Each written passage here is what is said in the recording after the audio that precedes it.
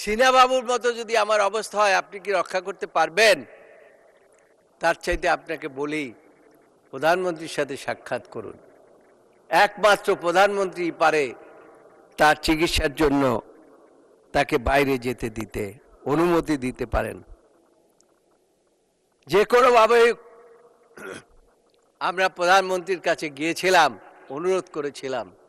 যে ভাষাটি ব্যবহার করেছিলেন, এটা শুনলে মাননীয় স্পিকার আপনি শিউরে উঠবেন।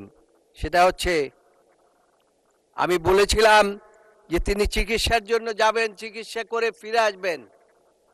আপনি অন্তত তার চিকিৎসার জন্য 2 মাসের জন্য হলেও একটা বেল দেন, বেলের জন্য বলে দেন। তিনি বলেছিলেন, উনি তো বৃদ্ধ হয়ে গিয়েছে, ওনার আবার বাঁচার দরকার কি?